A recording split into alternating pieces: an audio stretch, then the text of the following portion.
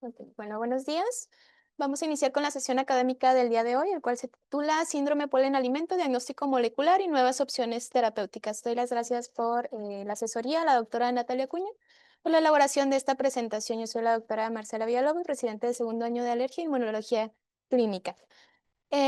Como mención y parte de la historia, bueno, pues es importante saber que el día lunes se dieron los premios Nobel de este año y pues en la parte de medicina, pues sí, recibimos este premio, o más bien a estos científicos, Mari Brunkow, Fred Ramsdell y Simon Sakaguchi, por pues todos los estudios y los descubrimientos que han hecho sobre el linfocito T regulador y uno de los genes pues, más importantes que es el FOXP3, ¿vale? Entonces nada más como para mencionarlo. Y adentrándonos un poquito ahora sí en la historia del síndrome polen-alimento, en 1942, Tuft y Blumstein informaron pues por primera vez la existencia de un antígeno que era lábil en las frutas frescas. Y en el 58, pues el concepto de reactividad cruzada ahora sí ganó más reconocimiento entre pues, la alergia y estas proteínas de diferentes alimentos y diferentes aroalérgenos, conociéndolo como alergia a polen de abedul y frutas como manzana, dando el síndrome polen-abedul. Perdón, abedul manzana, y en 1987 Debok y Foucault acuñan pues ahora sí el término de síndrome de alergia oral, y no fue hasta el 93-95 cuando se cambió un poquito el término y Sicherer describe pues ahora sí la fisiopatología de este síndrome y acuña el término de síndrome polen-alimento. Hasta el 2004 fue cuando Breiteneder y asociados pues propusieron una clasificación sistemática de los alérgenos en familias. Y bueno, ¿cuál es la definición del síndrome polen-alimento? Esta es una reacción alérgica, una reactividad cruzada que se produce tras el consumo de algunos alimentos, llámese frutas frescas, vegetales, semillas, algunas legumbres y frutos secos. Más aparte, la asociación a la sensibilización alérgica hacia algunos aeroalérgenos, pueden ser árboles, malezas o pastos. Esto es una hipersensibilidad tipo 1 mediada por IgE y se da por la reactividad cruzada que se tienen entre las proteínas de los pólenes y los alimentos que son de origen vegetal. Si se acuerdan un poquito de lo que habíamos visto en frutos secos y maní sobre la reactividad cruzada, ¿sale? Y algo importante es que hay otro término que es el síndrome de alergia oral, que a veces lo usamos de manera pues discriminada o intercambiable con el síndrome de alergia polen-alimento, pero no debe de ser así, ya que el síndrome de alergia oral se reserva para aquellas reacciones alérgicas que solamente son en orofaringe tras la ingesta de ciertos alimentos. ¿Esto por qué? Porque puede presentarse como el síntoma inicial para aquellos alérgenos alimentarios que son clase 2, pero también de los que son clase 1, que ahorita los vamos a ver.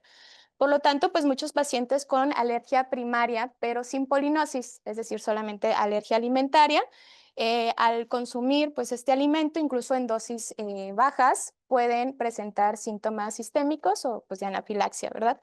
Entonces, si a estos pacientes los diagnosticamos como síndrome de alergia oral, pues podrían no recibir el manejo adecuado, que es la adrenalina. Entonces, sí, nada más diferenciarlos. En cuanto a la epidemiología del síndrome polen-alimento, bueno, las tasas de prevalencia van a variar, depende de la región a estudiar, ya que pues cada región tiene cierta prevalencia de algunas plantas, árboles, malezas, ¿no? Por ejemplo, el Mediterráneo, pues hay una prevalencia más alta de olivo, por ejemplo, en la zona norte de Estados Unidos más con abedul. Entonces, esto es lo que va a cambiar en nuestra prevalencia, pero nos indica pues una prevalencia global de este síndrome del 5 al 8% en la población general, y en Europa se tiene una prevalencia de este síndrome del 30 al 60%, pero obviamente en aquellos pacientes que están sensibilizados a abedul, pues el porcentaje va a ser pues mayor. ¿Sí? En América del Norte, por ejemplo, Europa Central, en parte de Japón también, tenemos predominio, por ejemplo, de más malezas como la ambrosía o la artemisa. Y bueno, esta gráfica únicamente para hacer énfasis en la epidemiología. Hubo un estudio en 2016 aquí en México por Bedoya y Barajas, en donde ellos marcan una prevalencia del 8.9, pero pues obviamente esto va a variar dependiendo pues de la región estudiada, ¿verdad? En México también la prevalencia en niños fue un poco más alta, 9.6 al 12%, dependiendo del tipo de polen. Y pues obviamente se ha asociado con polinosis y con una rinitis alérgica, ¿no? Que va del 45 al 90%. Aquí en el estudio de Barajas de México, ellos hicieron énfasis en el prosopis, en fresno y en quercus, asociado con reactividad cruzada con piña, con durazno y con aguacate. ¿Sí? Entonces, realmente este síndrome de polen alimento ha ido aumentando también. Y esto debido a que pues toda la contaminación, el cambio climático que hemos tenido, pues han aumentado también las alergias, ¿no? Y los alérgenos se han vuelto como un poquito más potentes en ese aspecto. Entonces, si aumenta todo esto, pues obviamente vamos a tener una mayor prevalencia de síndrome polen alimento. Algo así que hace referencia a algunos estudios es que no está claro si la incidencia y la gravedad de los síntomas puedan llegar a aumentar cuando hay temporadas de polinización. Y haciendo recordatorios sobre la clasificación de los alérgenos alimentarios, estos se dividen en dos clases, clase 1 y clase 2. El clase 1, recordar que estas son proteínas estables al calor y también a la digestión, ¿sí? Por lo tanto, la sensibilización, el primer contacto que vamos a tener nosotros con el alérgeno va a ser por vía gastrointestinal y por ende, como es resistente al calor, pues vamos a tener síntomas sistémicos o incluso pues anafilaxia, ¿sale? Algunos ejemplos de estos alimentos o de estas proteínas que están en los alimentos serían frutos secos, mariscos, pescado, huevo, ¿sí? Y los alérgenos de clase 2 es lo contrario. Estas sí son proteínas lábiles al calor y también a la digestión. Son homólogas a alérgenos de polen y aquí la sensibilización va a ser vía respiratoria, ¿sí? Las reacciones van a ser más leves, van a ser localizadas en, como prurito, inflamación de boca o de garganta, después de consumir alimentos vegetales crudos, ¿verdad? Porque obviamente si estos los consumimos, como la proteína es lábil al calor, pues a lo mejor y no tenemos estos síntomas. Un ejemplo es el síndrome polen alimento. Algunas de las proteínas involucradas en este síndrome se salen un poquito dentro de esta clasificación, porque vamos a ver que sí tenemos proteínas que son termoestables también, por ende vamos a tener pues síntomas sistémicos. En cuanto a la fisiopatología, como todo el mecanismo por hipersensibilidad tipo 1, debemos de tener una fase de sensibilización y en el síndrome de polen alimento la sensibilización pues obviamente va a ser por vía respiratoria, ¿no?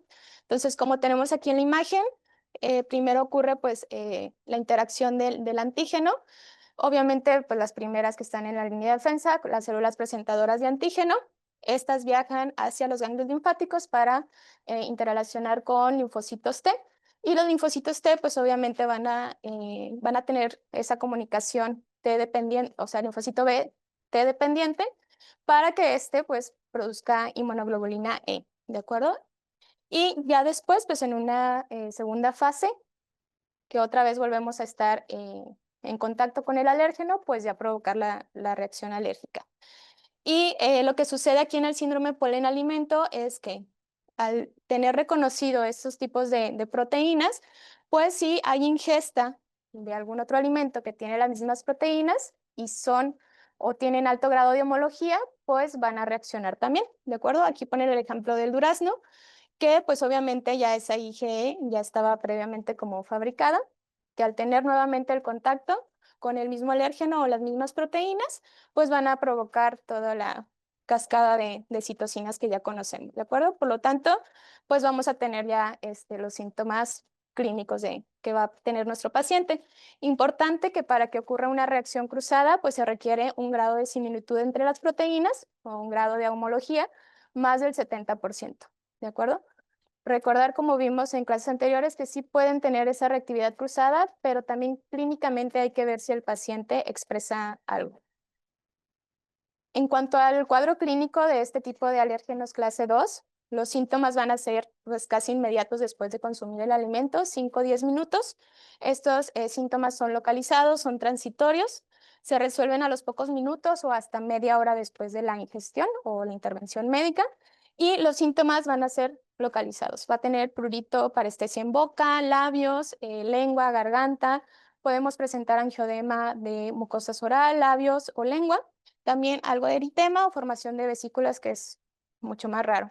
Se puede presentar laringoespasmo o incluso disfonía, que también es menos común, pero depende de las proteínas también involucradas. Salud. Si tenemos proteínas que son termoestables, como las LTPs o las giberelinas, pues sí vamos a presentar reacciones sistémicas reportadas hasta un 2-10% o anafilaxia en el 1 al 2%, ¿no? Siempre también hay que investigar si hay algunos cofactores que pudieran pues, aumentar la gravedad de mis síntomas. Por ejemplo, que el paciente esté medicado con algún antiácido. Hay que checar la ingesta o la cantidad de alimento que ingirió el paciente. Si también ha estado con consumo de algún AINES, con el ejercicio o con el alcohol, como ya hemos estado viendo. Ahora bien, todas las proteínas que están involucradas en el síndrome polialimento, pues los vamos a ir desglosando poco a poco, ¿no? Y prácticamente, pues son estas 7 proteínas, o también conocidos como panalérgenos. Y las principales familias implicadas en el síndrome polialimento, las más viejitas que antes se conocían, pues es la PR10, las profilinas y las giberelinas, ¿sí? Pero hay también las lipoproteínas, proteínas transportadoras de lípidos. Pero tenemos otras 3 familias adicionales, ¿verdad? Como si estas no fueran poco, agregamos otras 3, que serían las isoflavonoides reductasas, beta-1,3 gluconasas y también las relacionadas con taumatina. Entonces vamos a desglosar cada una de estas. Sí, por favor, Joy. Las PR10 son las proteínas del grupo 10 relacionadas con la patogénesis. Y su función, pues, es prácticamente defender también a las plantas, ayudándolas, pues, a responder a algunos estrés o algún estrés ambiental que lleguen a tener, como plagas o algún daño físico, ¿no? La característica es que son sí destruidas por enzimas digestivas y también a altas temperaturas. Se puede tolerar la ingesta de los alimentos si estos son bien cocidos o procesados. Y pues también suelen presentar síndrome de alergia oral, definido como edema labial o el prurito orofaringio. La característica o lo más característico de este síndrome pues es el abedul, que es el BET-B1, que es el alérgeno principal del abedul, y MALD1 de la manzana. Son considerados pues los alérgenos mayores con PR10. Dentro de estas proteínas hay que revisar qué otros aerolérgenos las presentan, ¿verdad? Generalmente son, si nos vamos por la clasificación de árboles, pues son árboles fagales o de la familia de las betulas, que pues es el abedul, es el quercus, es el aliso y el árbol de la avellana, que es el Corylus avellana. Entonces, pues prácticamente el polen de árboles de estas familias, pues alrededor del 70% de los individuos alérgicos al polen, por ejemplo, del abedul, pues presentan esta alergia alimentaria vegetal asociada.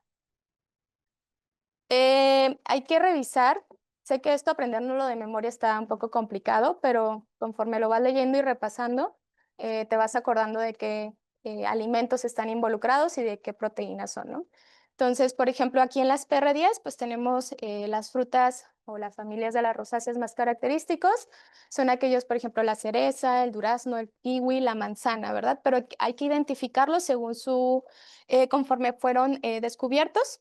Recordarles que, por ejemplo, PRU-P1, PRU es el género y P es la especie, y el número es el orden en donde conforme fueron descubiertos, ¿sale? Entonces, si se fijan aquí, la mayoría es el 1, ¿sí? 1, manzana 1, fresa 1. Importante también con fruto seco, reactividad cruzada con avellana, con castaña y leguminosas, cacahuate, ARA-H8 y soya, LIM4, ¿de acuerdo? Pero bueno, estos diagramas pues, nos ayudan como para irlo repasando y recordando. En cuanto a las profilinas, estas son otras proteínas que también son esenciales para el crecimiento, la división celular y también la respuesta a algunos estímulos ambientales. Aquí estas proteínas, hasta el 50% de los pacientes alérgicos están sensibilizados. Esta proteína, también igual que las PR10, se desnaturalizan con enzimas digestivas y también a altas temperaturas, excepto la profilina del apio, que se ha documentado que sí puede llegar a resistir el calor. Y aquí también la sensibilización a profilinas sigue a una sensibilización a una fuente primaria de alérgenos de polen, que son principalmente las gramíneas. Si se fijan, PR10 era más asociado a árboles, ¿verdad? Obviamente hay sus excepciones. Profilinas más hacia gramíneas, como Phleum P12, Cinodon, ahí también me falta agregarlo. Pero bueno, también otras proteínas de abedul, como el BET-B2 y malezas, ambrosía y artemisa. Y bueno, eso en cuanto a los alérgenos que son la parte de plantas, ¿verdad? Pero de alimentos, pues también cruza con algunas frutas. Aquí el número característico pues es el 4. Si se fijan en las otras era el 1, ¿no? Aquí sería, por ejemplo, manzana, mal de 4, también con cereza, prueba B4, pera también 4, durazno 4, ¿sale? Pero también con algunos otros vegetales como apio, zanahoria, papa, lechuga, espinaca, calabacín. Frutos secos también, nuez, avellana, almendra, algunas legumbres, soya, nuevamente aparece el cacahuate que es ARA H5 y algunas pues especias también. Algo importante también es que a veces se integran algunos síndromes, por ejemplo aquí la integración del fleum también con Cinodon, se integra o hace el cruce también con melón y jitomate, que esto ya lo hemos visto en la clase de Sí, y también algo importante es el látex. Aquí la proteína de látex también, pues es, la característica es GB8, que también es una profilina y también podemos tener resultados positivos en pacientes pues que están sensibilizados a algunos de los polenes.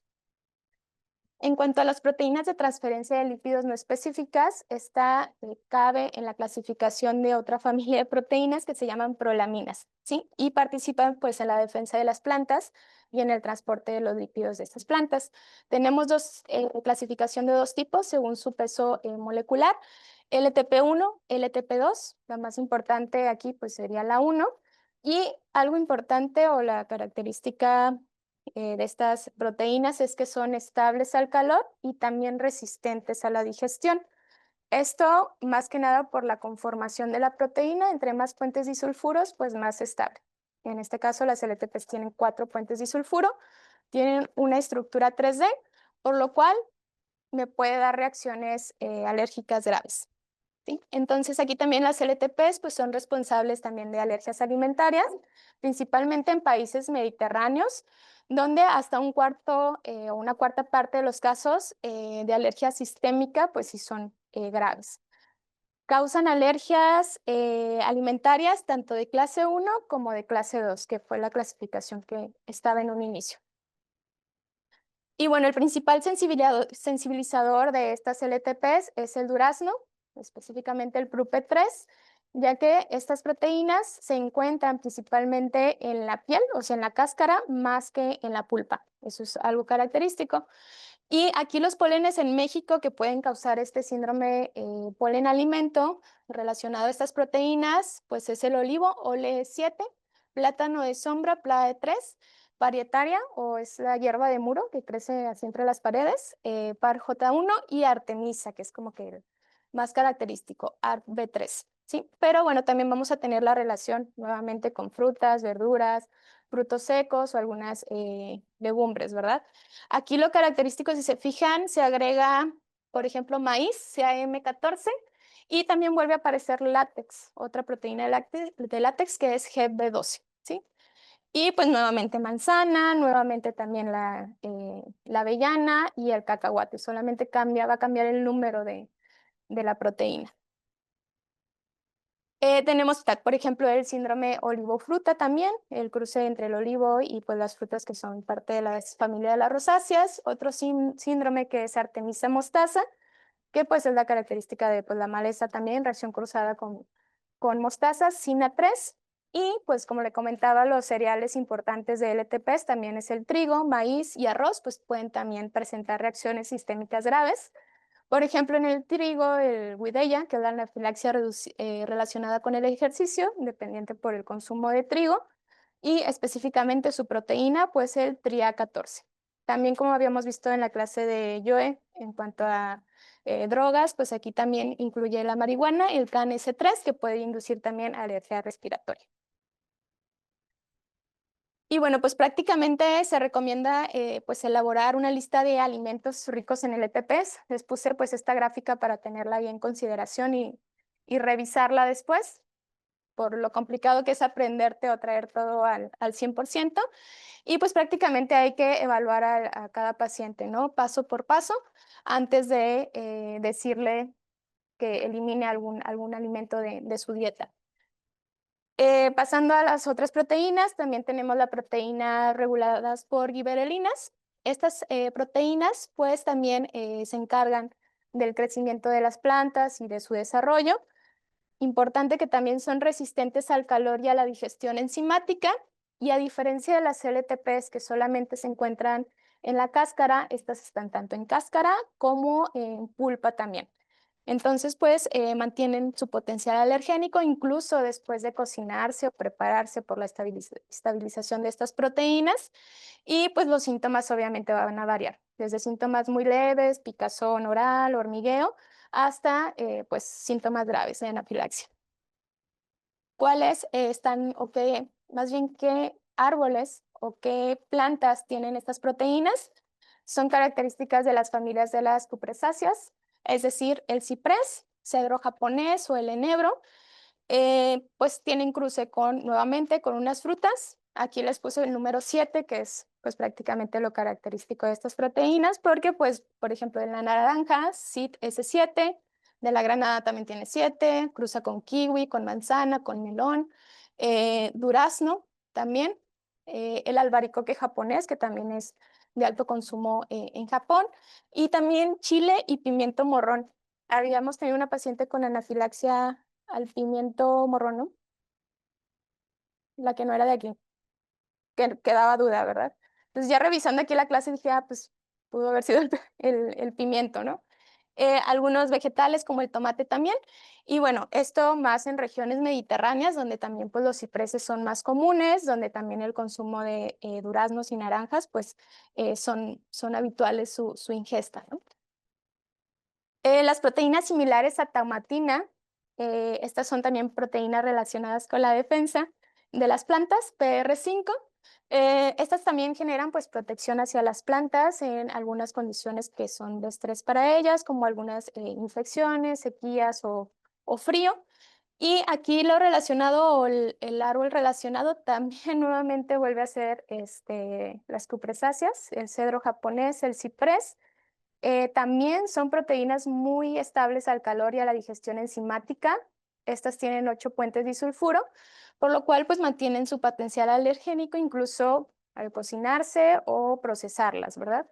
Y lo relacionado con algunas frutas, por ejemplo, manzana, mal de dos, cerezas, durazno nuevamente, kiwi y plátano, ¿verdad? Verduras, tomate, pimienta y también apio. Sí, pero pues son parte también de la familia de las cupresáceas. Otras proteínas, las beta 1,3 gluconasas. Estas también son proteínas relacionadas con la defensa de las plantas, pero son PR2. Y lo característico de estas proteínas es el síndrome látex fruta, ¿verdad? Solamente que aquí pues va a cambiar obviamente la proteína de látex. Habíamos visto que en las previas de profilinas era el 8, de LTP era el 12, aquí es el 2, ¿sale? Y pues el cruce importante de pacientes sensibilizados a látex con algunas frutas, con el plátano, con el kiwi y también con el aguacate, ¿verdad? Pero bueno, también vamos a tener que estas proteínas también se encuentran en otros árboles, por ejemplo en el olivo, que es la Ole E9, Fraxinus en el fresno y también en cupresus. Y por último, las proteínas reductasa de isoflavonoides. Estas también están relacionadas con la defensa de las plantas. Y aquí está, si se fijan en el cuadrito que pusimos de qué cantidad, o más bien qué proteínas son más termoestables, estas son más termolábiles, ¿sale? Entonces, por ende, vamos a tener pues síntomas que son más locales y más raramente síntomas graves. Aquí lo característico de estas proteínas o quienes tienen estas proteínas, vuelve a aparecer nuevamente el abedul, pero es el BED6 y el olivo Ole E12, ¿verdad? Y también pues algunas frutas, verduras o nueces que también están relacionadas con estas proteínas. No se asusten, no es como que tengamos que aprendérnoslo todo de memoria, está muy difícil y traerlo al 100% cada que nos llega un paciente. Entonces existe esta nomenclatura, lo podemos buscar en internet, aquí está el link, y prácticamente pues nosotros nada más ponemos la proteína que queremos buscar. Obviamente si hay que aprendernos, por ejemplo, del perro, pues CANF tal, ¿no? Del ácaro, DRP o del F, ¿no? Entonces ya lo buscamos, por ejemplo, yo aquí busqué para el durazno y me aparecen todas las proteínas del durazno, ¿verdad? Tal cual, los Daltons que tienen las proteínas. También aquí hay como modificaciones, es la fecha en que fueron pues, descubiertas, o si hay alguna modificación o un cambio, pues aquí aparece la fecha en lo que lo hicieron. Y pues lo que me interesa es saber, ok, qué número, por ejemplo, PRUP3, pues ya sabemos que es una LTP, ¿no? Relacionar con qué proteína es de acuerdo a cada número. Pasando al diagnóstico, como en todo hay que hacer una historia clínica pues bien detallada con el paciente, preguntar cuáles son los alimentos pues involucrados, ¿verdad?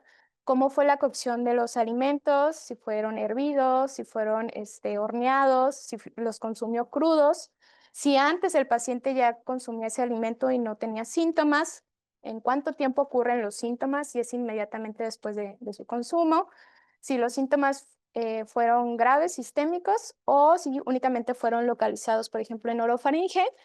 Y también preguntar, pues aquí, si el paciente además de esto, pues presenta una rinitis alérgica, ¿no? Todo esto, pues si la mayoría de todas nuestras respuestas pues es afirmativas, pues ya tenemos alta sospecha de un síndrome polen-alimento. Y bueno, aquí nos recomienda como herramienta principal o de primera línea para nuestro diagnóstico hacer las pruebas de PRIC, ¿sí?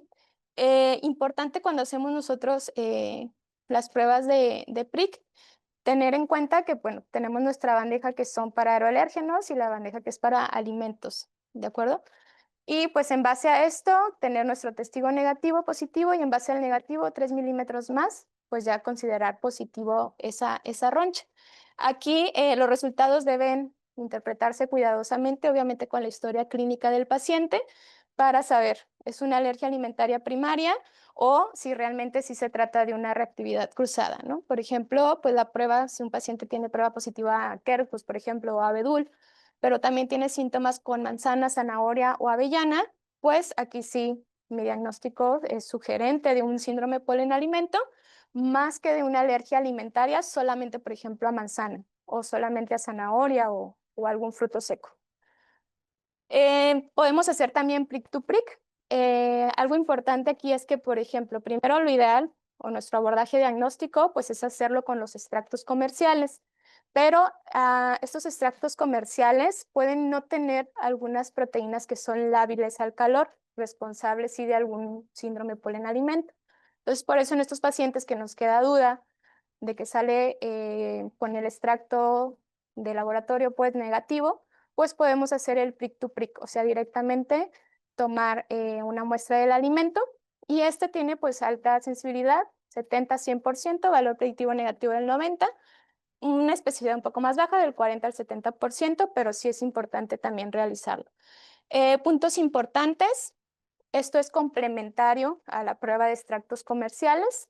Siempre los resultados hay que interpretarlos de acuerdo a la historia clínica que tuvo el paciente y resaltar que un resultado negativo no debe utilizarse como único criterio para ya excluir el diagnóstico, ¿sí? Siempre hay que corroborarlo con la clínica. Y pues el diagnóstico molecular, ¿no? Este es pues prácticamente por componentes, es prácticamente el estudio pues más confiable para identificar este tipo de síndromes, ya que pues se centra en estudiar particularmente pues las moléculas alergénicas que son pues individuales y con esto podemos establecer y comparar pues perfiles individuales de sensibilización basadas pues en estas proteínas que pudieran tener reactividad cruzada. Algunos de los métodos de diagnóstico molecular, pues tenemos el ImmunoCAP, el ISAC y el ALEX. La diferencia es, por ejemplo, que el ImmunoCAP es 5-plex, ISAC y ALEX ya es multiplex, por lo cual nos permiten pues, analizar una cantidad mayor de proteínas. El ALEX ya está más de 300 alérgenos y pues creo que pues, sería como que el ideal, ¿no? En la actualidad, ya que, bueno, con la reactividad cruzada, el ALEX la ventaja es que la reactividad cruzada, pues como sabemos, puede ser por proteínas, pero también hay otros carbohidratos que son los CCDs, que también me pueden indicar reactividad cruzada. Entonces, la ventaja del ALEX es que me detecta si esa reactividad es realmente por proteínas o realmente es por carbohidratos, ¿sí? Entonces, es como que un plus que tiene, además de que ahí ya nos aparece también la IG total. Estos son resultados semi-cuantitativos y bueno, me ayuda a una evaluación pues, de casos incluso más complejos, de pacientes un poquito más complicados. En cuanto al diagnóstico molecular, esta guía, la guía de alergia molecular europea, nos marca estos diagramitas como para nosotros saber cuándo realmente es una sensibilización primaria o secundaria. Aquí viene lo complicado porque es como, ¿qué fue primero, el huevo o la gallina, no? Entonces aquí es como que, ¿qué fue primero? ¿La sensibilización realmente a los alérgenos o la sensibilización al alimento? ¿Sí? Entonces, por ejemplo, en el caso de durazno, Prupe 1 es PR10, Prupe 4, que es profilina, Prupe 3 es LTP. Entonces, en el durazno, si yo en mi molecular tengo positivo Prupe 3, ok, Prupe 3 es una LTP, es resistente al calor, por lo tanto, yo infiero que puede ser una sensibilización primaria y que mi paciente si lo consume crudo, si lo consume cocido, va a tener reacción grave, ¿vale? Por el tipo de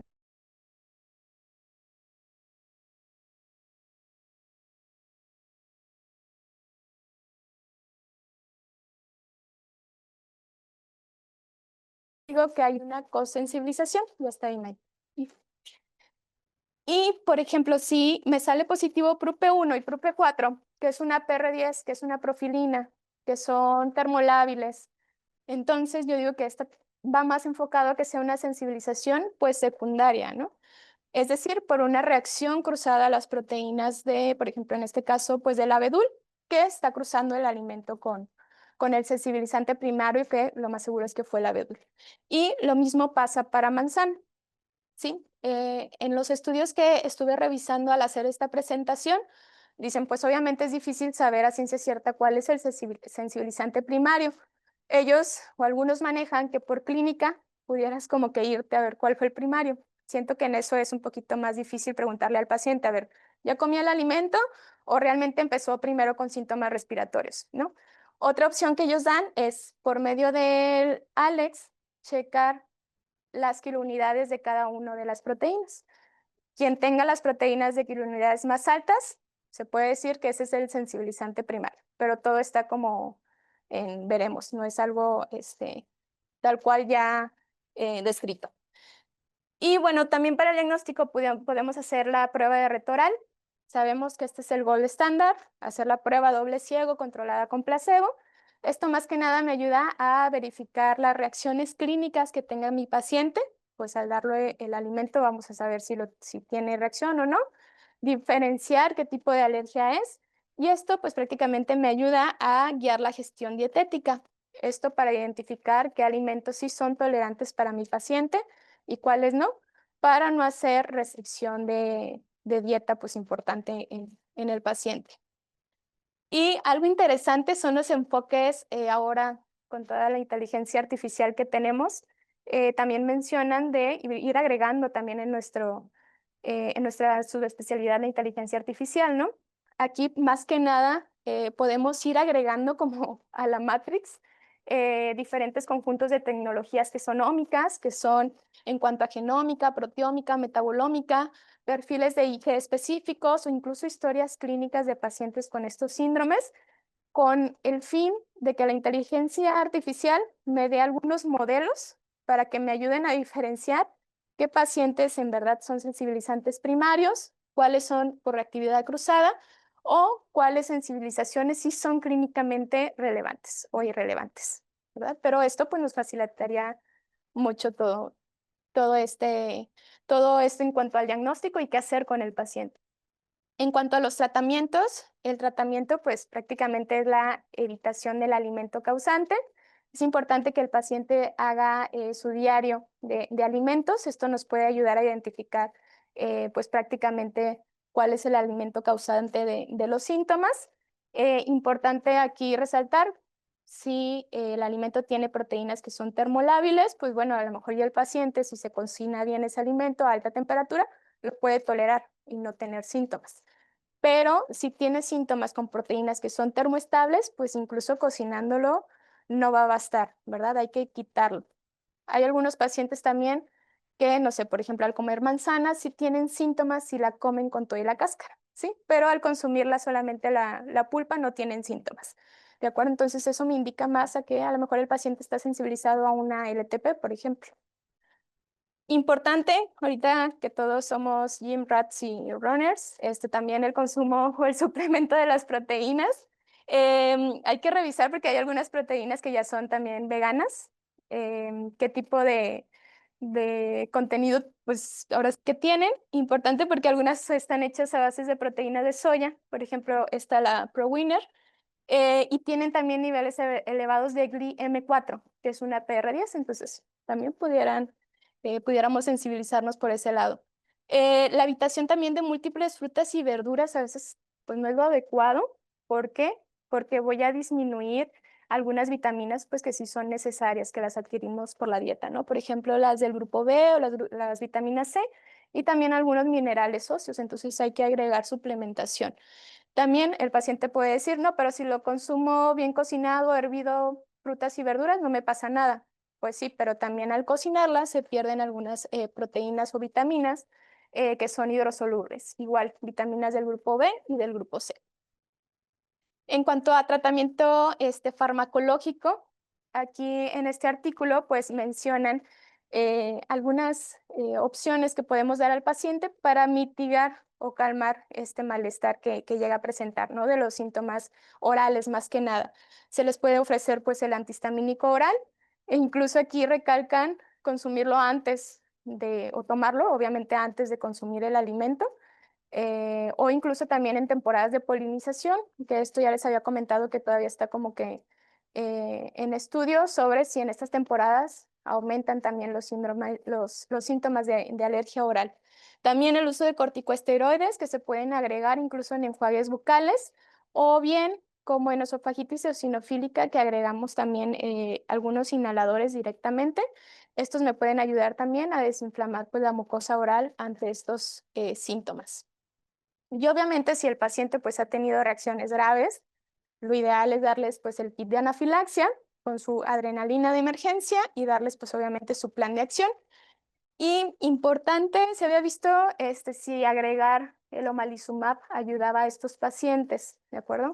Después el anticuerpo monoclonal que va dirigido contra la IgE. Sí ha sido estudiado este tipo de biológico, pero se llegó a la conclusión que por ser de alto costo, por tener sí evidencia limitada que respalde su uso, pues se llegó a la conclusión de que pues, no tiene ningún propósito que el paciente gaste nomalizumab solo para evitar estos síntomas que a veces son locales, ¿no? ¿Y qué pasa con la inmunoterapia con alérgenos? Bueno, aquí la mayoría de la evidencia sugiere que la inmunoterapia específica para polen de abedul, sea subcutánea, sea sublingual, no tiene efecto significativo sobre los síntomas de polen alimento, aunque algunos estudios sí dicen que pudiera tener alguna mejoría, ¿sale? Sí es eficaz para aliviar los síntomas de rinitis, eso sí, pero tal vez para los síntomas locales o de la mucosa oral pues no tenga mucha implicación, ¿no? Por lo tanto, pues sí requerimos de más estudios en cuanto a la inmunoterapia con síndrome polinalimento. Y una pregunta que también que se hacía es si la inmunoterapia en la infancia temprana podría prevenir la aparición del síndrome polinalimento. Esto porque se ha visto, creo que en un artículo también de biología molecular de aquí comentaban que el paciente a una edad temprana está monosensibilizado. Si lo sigues dejando, se puede oligosensibilizar y después se puede polisensibilizar. Entonces, lo ideal es tratarlo desde que está monosensibilizado. Entonces, así pudiéramos como que evitar que llegue a una polisensibilización, ¿no?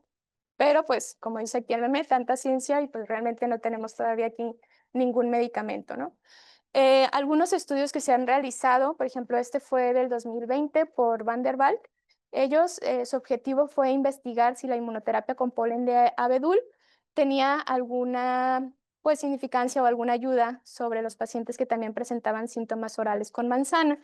Ellos, pues prácticamente les dieron la inmunoterapia subcutánea y después revisaron nuevamente pruebas cutáneas abedul a manzana, hicieron incluso desafíos nasales con polen de abedul, provocación oral abierta también con manzana y pues un test doble ciego controlado con placebo con mal de 1. al inicio y durante la inmunoterapia, ¿no? El resultado fue pacientes, pues muy poquitos, 8 pacientes, y los resultados fueron que solamente 6 sí mejoraron en cuanto al desafío nasal. La dosis oral media de manzana necesaria para provocar una reacción sí aumentó previo el inicio y al final de la inmunoterapia, pero no fue estadísticamente significativo. Y la IgG4 específica únicamente a BET-B1, pues sí aumentó, ¿sale? Entonces, pues prácticamente aquí pues los estudios o los resultados sí funcionó para BET-B1 porque sí le estoy dando la inmunoterapia subcutánea, pero realmente para los síntomas con la manzana pues fue irrelevante. Y en este otro estudio también fue en 6 pacientes japoneses que también tenían síndrome polen alimento, ellos con abedul, pero con reactividad cruzada con soya. También se les dio inmunoterapia subcutánea con polen de abedul y ellos hicieron desafío pues, alimentario, retoral. ¿Sí? Entonces, al inicio del estudio, la dosis tolerada de soya fue de 1.5 mililitros y después de iniciar la inmunoterapia subcutánea al año, volvieron otra vez a hacer retoral y sí obtuvieron un aumento de 150 mililitros, que fue la dosis tolerada. Entonces aquí sí vemos que sí aumentó, ¿verdad? Entonces llevamos un estudio que no y otro que pues sí le podemos dar palomita, ¿no? Y este otro estudio del 2018, el objetivo también de ellos fue comparar la eficacia de la inmunoterapia, pero sublingual. Ellos hicieron 2 formulaciones, unos sublingual con abedul, BET-B1, y con manzana, MALD1, ¿sí? Estos pacientes pues tenían también este síndrome. A 20 pacientes se les dio sublingual con BET-B1, 20 con MALD1, y el resto pues fueron solamente grupo placebo y se observaron por 4 semanas. Aquí ellos, sus resultados fueron que pues se hicieron los desafíos sublinguales con MALD1, también volvieron a hacer pruebas cutáneas y pues la medición de anticuerpos IgG y IgE. Y bueno, los resultados fue con la inmunoterapia sublingual con MALD1 sí redujeron los síntomas inducidos por la manzana, pero síntomas pues obviamente locales. Las reacciones locales específicas también fueron significativamente o estadísticamente sí significativas. Sí aumentó la relación IgG4 y disminuyó IgE.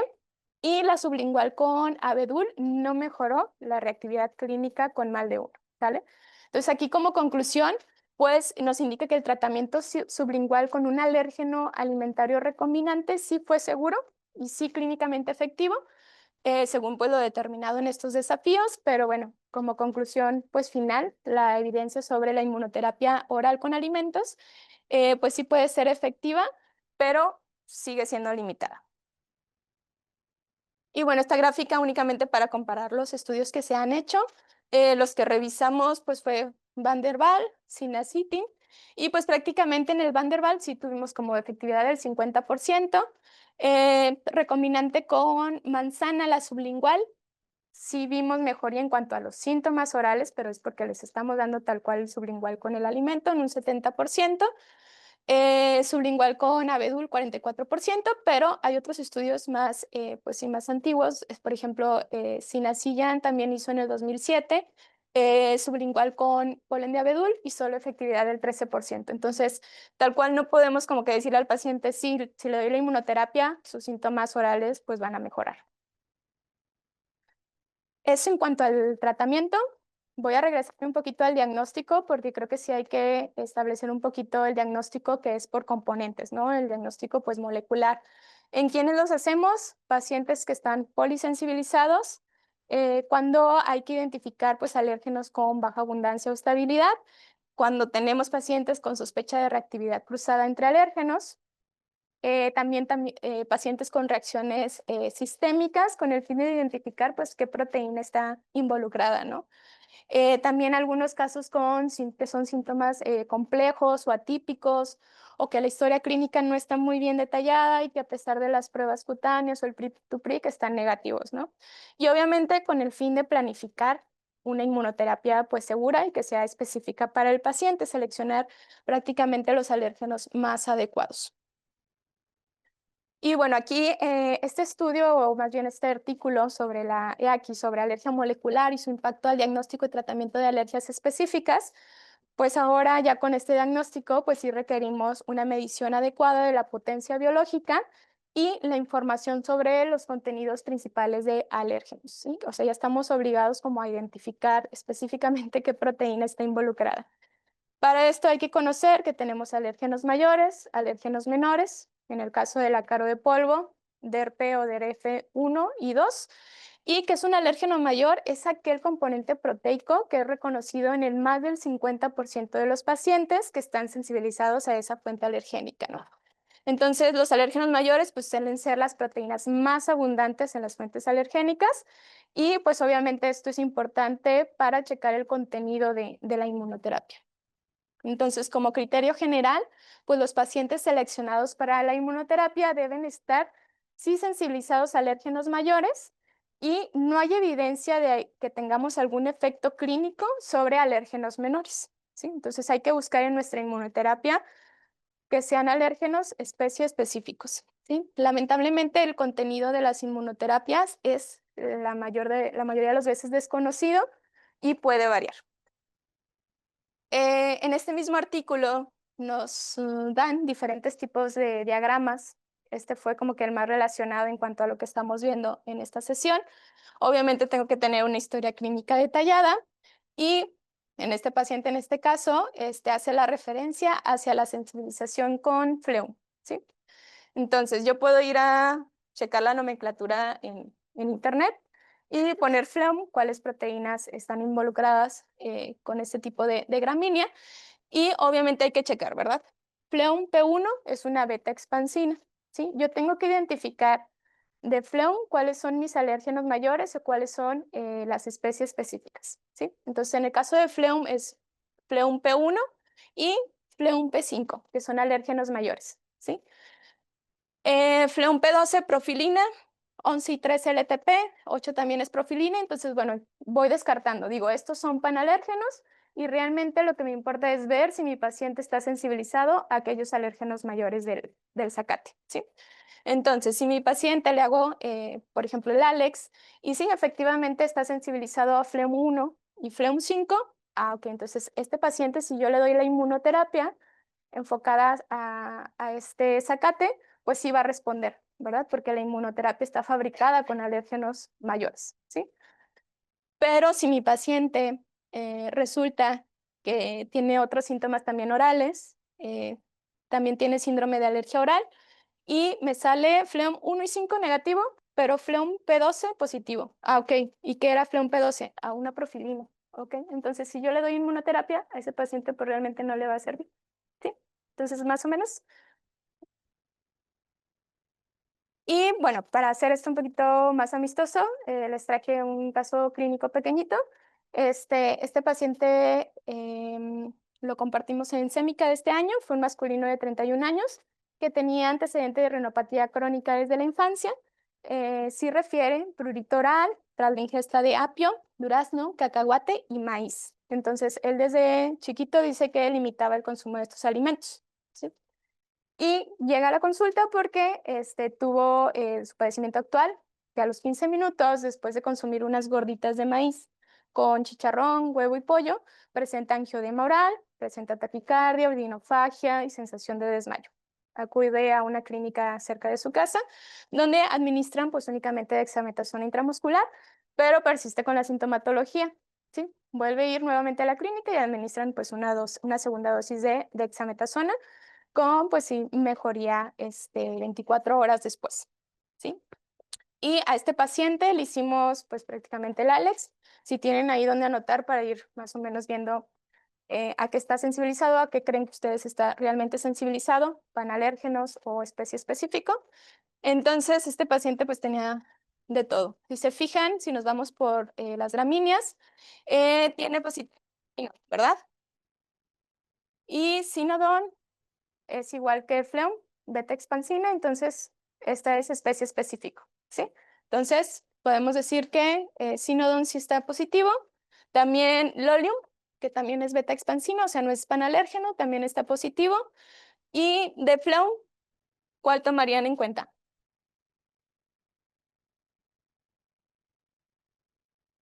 Ajá, la beta expansina. ¿sí? Pero también algo interesante es que también tiene Fleum P12. Entonces es profilina, entonces este es un panalérgeno. Sí, puede tener ahí alguna reactividad cruzada con algún alimento. Muy bien.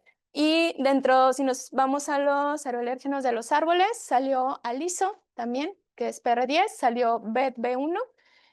Aquí sí hay que irnos con cuidado porque dirías, bueno, BETB1 es PR10, es panalérgeno, pero hay algunas plantas, por ejemplo el abedul, que BETB1 sí es, aunque sea panalérgeno, que sea PR10, es especie específica. O sea, esa proteína sí es de él. Entonces, si yo se lo agrego a la inmunoterapia, le va a funcionar. ¿Sí? Entonces, también tiene abedul, tiene, ¿qué otro? Cedro. Pero, por ejemplo, si se fijan de aquí del cedro, Cupa 1 es una pectatoliasa. Esa también es especie específico del cedro. Y también tiene artemisa, ¿sí? LTP. Entonces aquí ya me cambió un poquito, ya son más LTPs que profilinas. Cacahuate, algo importante, ARH9, que es LTP. Entonces esperaría tener reacciones, a lo mejor sí sistémicas en este paciente con cacahuate, ¿sí? Apio también, que es LTP. Y algo importante, ¿qué le pasó al paciente cuando comió las gorditas? ¿De qué estaban hechas? De maíz y chicharrón y huevo, ¿sí? Entonces, CAM14, que es LTP, sí. No tiene la culpa el cerdito. Y kiwi también, manzana, o sea, si se fijan, la mayoría pues son LTP, ¿verdad? Perro también salió, CANF4 y CANF5, que también estas son para perro especies específicas, CANF1, 2, 4 y 5, ¿sale? Y para gato, PELD1, ¿sí? ¿Y qué les llama la atención también? Salió látex, ajá, ¿sí? Pero en la historia clínica, pues el paciente no refería algo de látex, ¿sí? Entonces, ¿qué le agregaríamos o cómo formularíamos su inmunoterapia? ¿Qué le agregarían? Obviamente con las proteínas que son especies específicas, ¿verdad? Lo demás de las proteínas podemos decir que a lo mejor hay reactividad cruzada, por eso es importante hacer el diagnóstico molecular en ocasiones, ¿verdad? Para saber qué proteínas están involucradas, si son termolábiles, si son termoestables, y ahora sí, en base a la clínica que tenga el paciente, pues ya dar el mejor tratamiento, ¿sale? Entonces, a la inmunoterapia pudiéramos agregarle Fleum. ¿Qué otro tenía positivo? Creo que el Oleum y sínodo, ¿no? Ujú. Pudiéramos tenerlo en cuenta. Abedul, tenemos abedul aquí en México. Pero abedul viene de la familia de los fagales. Entonces, ¿con qué árboles cruza?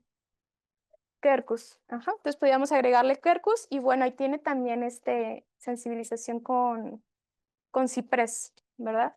Gatito se lo agregarían. Pues también estaba positivo, ¿no? Tenía FELD1 sí positivo. Y habría que checar, porque ya son muchos aeroalérgenos, si también agregaríamos perrito, ¿verdad? Y qué tipo de inmunoterapia vamos a dar.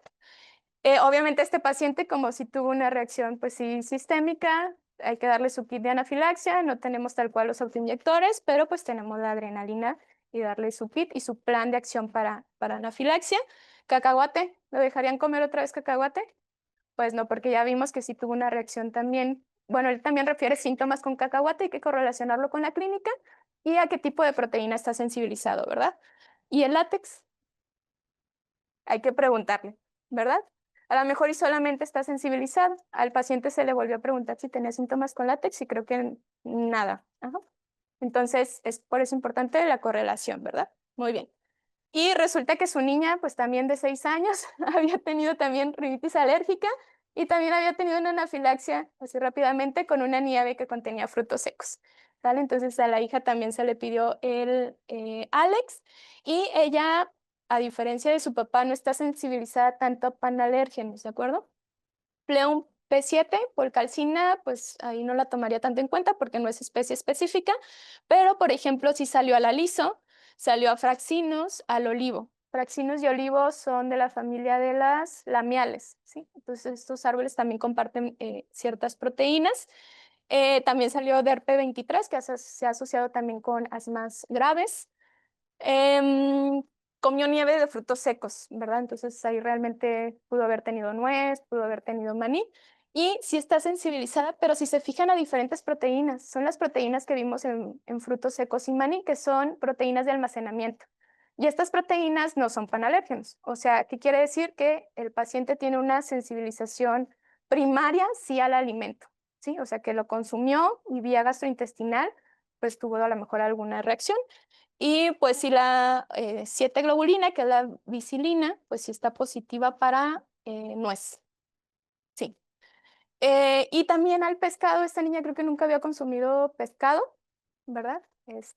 Y también pues salió positivo a la beta parvalbúmina, ¿de acuerdo? No les daba. Ujú.